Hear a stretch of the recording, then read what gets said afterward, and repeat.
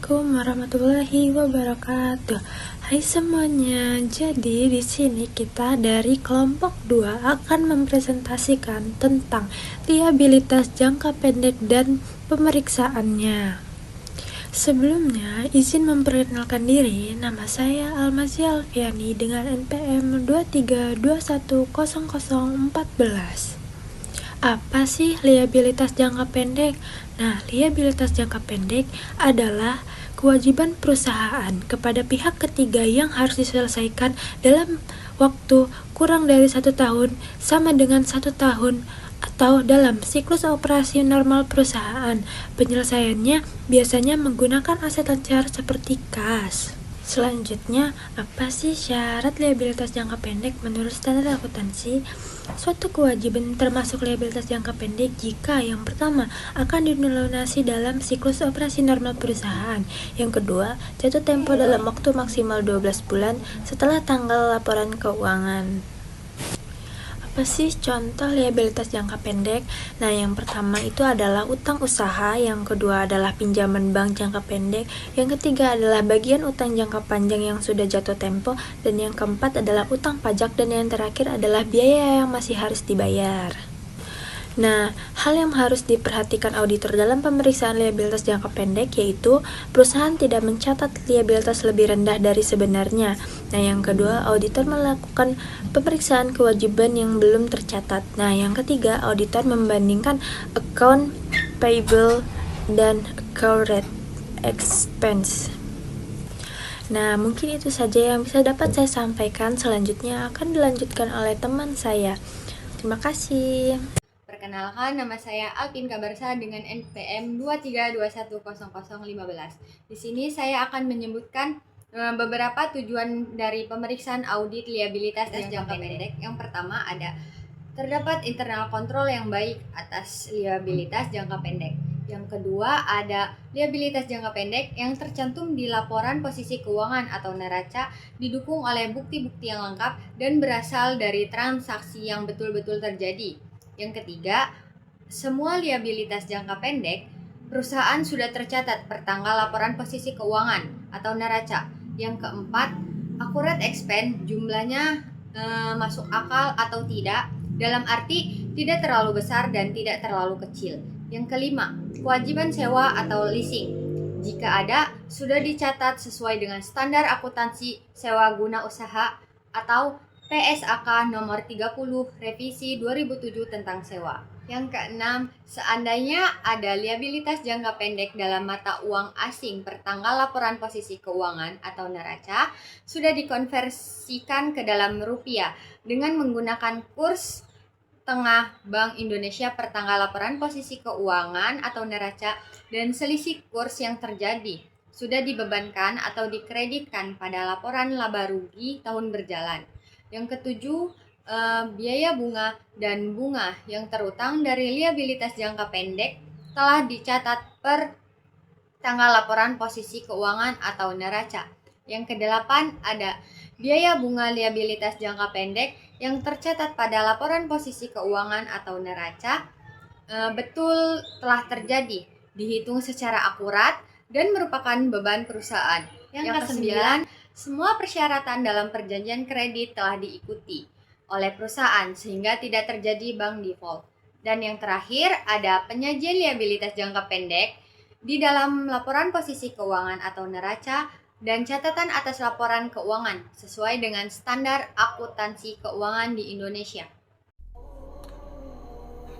Perkenalkan, saya Melia Sartika, NPM 23210018. Di sini saya akan melanjutkan materi tentang penjelasan atas tujuan pemeriksaan liabilitas jangka pendek. Pertama, ada memeriksa apakah terdapat internal control yang baik atas liabilitas jangka pendek. Jika internal control atas liabilitas jangka pendek disimpulkan oleh auditor cukup baik, maka ruang lingkup pemeriksaan atas liabilitas jangka pendek dapat dipersempit. Dan sebaliknya, jika disimpulkan lemah, ruang lingkup pemeriksaan harus diperluas. 2. Memeriksa apakah liabilitas jangka pendek tercantum di laporan posisi keuangan atau neraca didukung oleh bukti-bukti yang lengkap dan berasal dari transaksi yang betul-betul terjadi. Jika liabilitas jangka pendek merupakan utang usaha yang berasal dari pembelian secara kredit, maka utang tersebut harus didukung oleh bukti-bukti yang lengkap. Yang ketiga, memeriksa apakah semua liabilitas jangka pendek perusahaan sudah tercatat pada tanggal laporan posisi keuangan atau neraca. Dalam hal ini, auditor harus meyakinkan diri bahwa ada unrecorded liabilities. Yang keempat, memeriksa apakah accrued expense jumlahnya reasonable, dalam arti tidak terlalu besar dan tidak terlalu kecil. Untuk itu, auditor harus memeriksa dasar perhitungan accrued expense yang dibuat perusahaan, apakah masuk akal dan konsisten dengan tahun sebelumnya. Yang kelima, memeriksa apakah kewajiban leasing atau sewa, jika ada, sudah dicatat sesuai dengan standar akuntansi sewa PSAK 30 revisi 2007 tentang sewa. Misalnya, jika ada utang leasing untuk pembelian mesin pabrik, maka harga perolehan mesin dan utang leasing harus dicatat sebesar nilai tunainya. Yang keenam, ada memeriksa apakah seandainya ada liabilitas jangka pendek dalam mata uang asing per tanggal laporan posisi keuangan atau neraca sudah dikonversikan ke dalam rupiah dengan menggunakan kurs tentang Bank Indonesia per tanggal laporan posisi keuangan atau neraca, dan selisih kurs yang terjadi sudah dibebankan atau dikreditkan pada laba rugi tahun berjalan. Yang ketujuh, memeriksa apakah biaya bunga dan bunga yang terutang dari liabilitas jangka pendek telah dicatat per tanggal posisi keuangan atau neraca. Dalam hal ini, auditor harus yakin bahwa semua bunga liabilitas jangka pendek, baik dari utang bank, utang pemegang saham, dan lain-lain sudah dicatat sebagai beban perusahaan, dan jika bunga tersebut belum dibayar, sudah dicatat sebagai utang bunga per tanggal laporan posisi keuangan. Kedelapan, memeriksa apakah biaya bunga liabilitas jangka pendek yang tercatat pada tanggal laporan posisi keuangan atau neraca betul terjadi, dihitung secara akurat dan merupakan beban perusahaan. Auditor harus yakin bahwa bunga yang dibebankan dalam laporan laba rugi berasal dari pinjaman jangka pendek yang digunakan perusahaan dan didukung oleh perjanjian kredit yang sah, sehingga betul-betul merupakan beban perusahaan. Yang kesembilan, memeriksa apakah semua persyaratan dalam perjanjian kredit telah diikuti oleh perusahaan sehingga tidak terjadi bank default. Biasanya dalam perjanjian kredit, bank mencantumkan beberapa persyaratan yang harus dipatuhi nasabahnya. Jika persyaratan tersebut dilanggar oleh perusahaan, maka bank default dan hal tersebut harus diungkapkan dalam catatan laporan keuangan. Yang ke-10 ada memeriksa apakah penyajian liabilitas jangka pendek di dalam laporan posisi keuangan dan catatan atas laporan posisi keuangan sesuai dengan standar akuntansi keuangan di Indonesia (ETAP) atau PSAK IFRS. Misalnya, jika perusahaan mempunyai kredit jangka pendek dari bank atau mempunyai utang leasing, maka dalam catatan atas laporan keuangan harus diungkapkan antara lain ada platform kredit, jangka waktu kredit, tingkat bunga, dan jaminan kredit. Perkenalkan, nama saya Alvina Suci, NPM 232100013. Di sini saya akan menjelaskan tentang prosedur pemeriksaan liabilitas jangka pendek. Yang pertama itu ada pelajari dan evaluasi internal control atas liabilitas jangka pendek. Yang kedua itu ada minta rincian dari liabilitas jangka pendek, utang usaha maupun liabilitas lainnya. Kemudian periksa penjumlahannya atau voting serta cocokkan saldonya dengan saldo utang atau kewajiban di buku besar atau controlling account. Yang ketiga itu Untuk utang usaha, cocokkan saldo masing-masing supplier dengan saldo menurut subsidiary ledger utang usaha atau jika jumlah suppliernya banyak, tidak usah 100%. Yang keempat, secara tes basis atau sampling, periksa bukti pendukung dari saldo utang kepada beberapa supplier. Perhatikan apakah angkanya cocok dengan purchase requisition, purchase order, receiving report, dan supplier invoice. Yang kelima itu, seandainya terdapat monthly statement of account dari supplier, maka harus dilakukan rekonsiliasi antara saldo utang menurut statement of account tersebut dengan saldo subsidiary ledger utang. Yang keenam, pertimbangkan untuk mengirim konfirmasi kepada beberapa supplier, baik yang saldonya besar maupun yang saldonya tidak berubah sejak tahun sebelumnya. Yang ketujuh, bukti pembayaran laporan sesudah tanggal laporan posisi keuangan atau neraca untuk mengetahui apakah ada liabilitas yang belum dicatat per tanggal laporan posisi keuangan atau neraca dan untuk meyakinkan diri mengenai kewajaran saldo liabilitas per tanggal laporan posisi keuangan atau neraca. Yang kedelapan, seandainya ada utang kepada bank dalam bentuk kredit modal kerja, kredit investasi, maupun kredit overdraft, maka kirim konfirmasi ke bank, periksa surat perjanjian kreditnya, dan buatkan ekspor dari perjanjian tersebut. Dan periksa otorisasi dari direksi untuk perolehan kredit bank tersebut. Yang kesembilan, seandainya ada utang dari pemegang saham atau dari direksi atau dari perusahaan afiliasi yang harus dilunasi dalam waktu 1 tahun yang akan datang, harus dikirim konfirmasi, periksa perjanjian kreditnya, dan periksa apakah ada pembebanan bunga atas pinjaman tersebut. Yang 10, seandainya ada utang leasing atau sewa, periksa apakah pencatatannya sudah sesuai dengan standar akuntansi sewa atau PSAK nomor 30 revisi 2007 tentang sewa, dan apakah bagian yang jatuh tempo dalam waktu 1 tahun yang akan datang sudah dicatat sebagai liabilitas jangka pendek. Di sini saya juga akan menjelaskan tentang penjelasan audit prosedur. Yang pertama itu, pelajari dan evaluasi internal control dari liabilitas jangka pendek. Dalam hal ini, auditor dapat menggunakan internal control questionnaire, flowchart, atau penjelasan naratif. Karena utang usaha merupakan bagian dari siklus pembelian, utang usaha dan pengeluaran kas, maka bisa digunakan internal control untuk pembelian.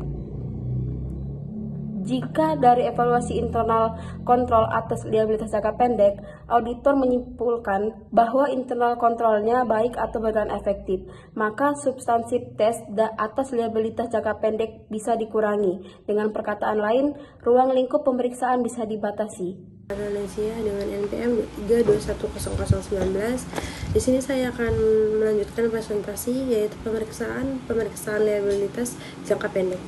Dalam audit liabilitas jangka pendek, auditor terlebih dahulu meminta rincian utang usaha dan liabilitas lainnya dari klien.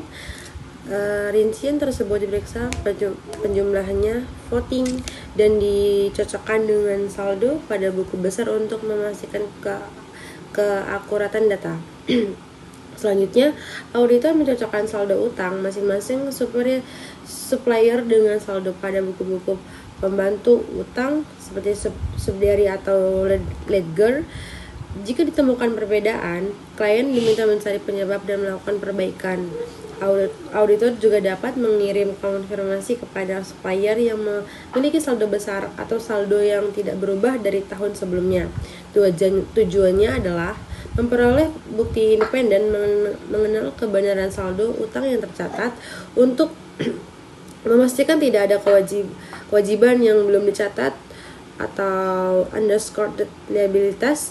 Auditor memeriksa pembayaran yang dilakukan setelah tanggal neraca seperti serta notulen rapat perusahaan. Prosedur ini membantu menemukan kewajiban yang sebenarnya sudah ada tetapi belum dicatat pada akhir periode.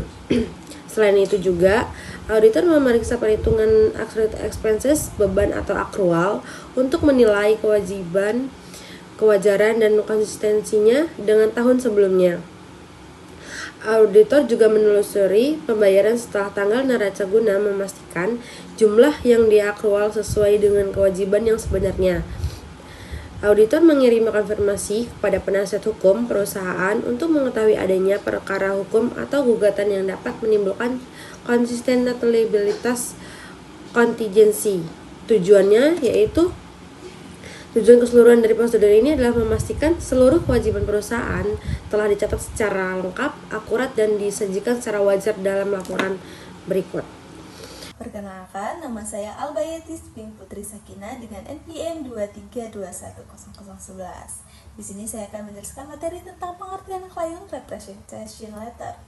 Dalam suatu general audit, financial audit, atau yang disebut dengan pemeriksaan umum, akuntan publik pada akhir pemeriksaannya harus mengeluarkan laporan akuntan publik yang terdiri dari pendapat auditor mengenai kewajaran laporan keuangan klien dan laporan keuangan yang telah diaudit, yang merupakan tanggung jawab dari manajemen atau klien. Namun demikian, sebelum laporan audit diserahkan kepada klien, auditor harus meminta surat pernyataan langganan klien atau Client Representation Letter, dan klien harus memberikannya. Tanggal surat pernyataan langganan harus sama dengan tanggal selesainya pemeriksaan laporan dan tanggal laporan akuntan publik. Tanggal tersebut menunjukkan sampai batas waktu mana auditor harus menjelaskan hal-hal atau kejadian penting sesudah tanggal laporan posisi keuangan. Surat pernyataan langganan tersebut harus ditandatangani pejabat perusahaan yang berwenang, biasanya direktur keuangan dan akuntansi atau direktur utama, dan dicetak di atas kop surat klien, walaupun konsep surat tersebut disiapkan oleh kantor akuntan publik. Jadi, surat pernyataan langganan adalah surat yang dibuat oleh klien ditunjukkan kepada kantor akuntan publik yang berisi pernyataan mengenai beberapa hal yang penting. Saya Ana Mulisa Andanta, NPM 23210020. Di sini saya akan memberitahu ada beberapa hal yang penting, yaitu yang pertama bahwa manajemen menyadari merekalah yang bertanggung jawab terhadap kewajaran penyajian laporan keuangan perusahaan sesuai dengan ETAP atau PSAK atau IFRS. Dan yang kedua, catatan dan laporan akuntansi, notulen, rapat, direliksi, dan pemegangan saham, serta informasi-informasi yang diperlukan dalam pelaksanaan audit.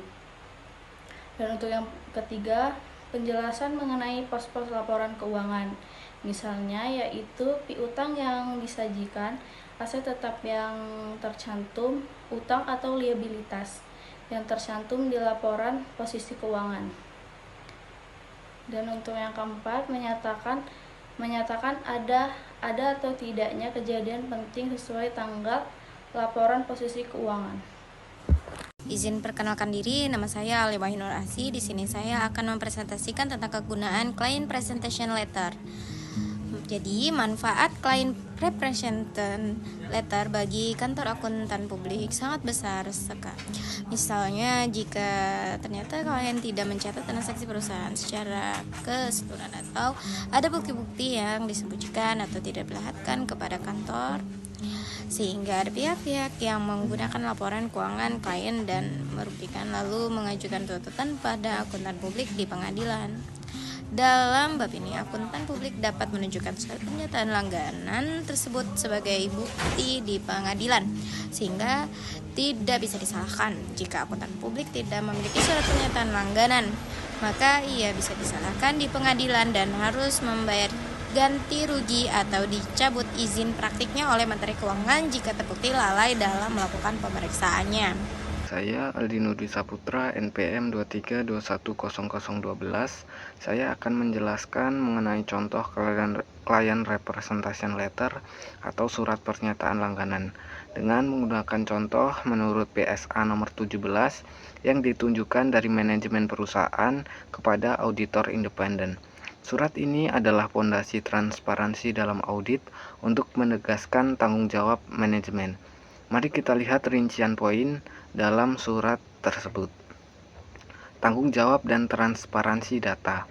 Penyajian yang wajar. Manajemen bertanggung jawab penuh atas kewajaran laporan posisi keuangan yang dihasilkan dari hasil usaha dan arus kas sesuai dengan SAK. Kelengkapan data.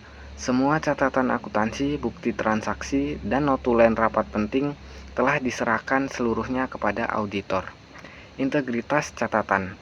Tidak ada transaksi material yang sengaja dilewatkan atau tidak dicatat dalam pembukuan. Jaminan bebas fraud dan keamanan aset. Bebas kecurangan. Manajemen menjamin tidak ada kecurangan yang melibatkan pimpinan maupun karyawan yang berdampak material pada laporan keuangan. Hak milik aset. Perusahaan memiliki hak penuh atas seluruh asetnya dan tidak ada aset yang digadaikan secara rahasia. Kondisi bisnis. Perusahaan tidak memiliki rencana yang merusak nilai aset serta tidak dalam kondisi bangkrut atau pailit. Kepatuhan hukum dan pengungkapan kasus. Hubungan istimewa. Semua transaksi antar pihak yang memiliki hubungan istimewa atau afiliasi telah dicatat dan diungkapkan secara jujur. Kepatuhan regulasi. Perusahaan mematuhi semua aturan kontrak, ketentuan pasar modal, Bapepam maupun OJK, dan melaporkan instrumen derivatif jika ada. Surat ini wajib ditandatangani oleh dua otoritas tinggi perusahaan, yaitu yang pertama Direktur Utama selaku penanggung jawab operasional dan yang kedua Direktur Keuangan, yaitu penanggung jawab atas angka keuangan. Tanda tangan ini menegaskan bahwa kebenaran data laporan keuangan seutuhnya adalah tanggung jawab pihak manajemen, bukan auditor. Untuk materi selanjutnya akan disampaikan oleh teman saya. Baik, di sini saya akan melanjutkan materi dari teman saya, yaitu tentang isi dari client representation letter. Jadi surat ini itu adalah pernyataan tertulis dari manajemen perusahaan kepada auditor, yang intinya manajemen berjanji bahwa semua informasi yang mereka berikan itu benar dan lengkap adanya. Dan di sini juga isinya tuh mencakup beberapa hal dan ada 4 hal. Yang pertama itu soal laporan keuangan. Di sini mereka menyatakan bertanggung jawab penuh atas laporan keuangan yang sudah disusun sesuai dengan standar akuntansi atau PSAK. Selanjutnya yaitu soal kelengkapan dokumen. Jadi di sini semua notulen rapat dan dokumen pendukung tersebut termasuk kalau ada kejadian penting setelah tanggal laporan keuangan harus dicatat dengan benar adanya. Selanjutnya ada soal dari pihak luar, yaitu semua transaksi dengan pihak berelasi, pelanggaran kontrak, dan tuntutan hukum yang wajib diungkapkan. Dan yang terakhir adalah soal aset dan liabilitas. Jadi di sini manajemen mengungkapkan kondisi aset mulai dari yang digadaikan, persediaan usang, dan sampai urusan saham dan waran tersebut. Baik, itu saja materi yang bisa saya sampaikan pada presentasi dari kelompok 2.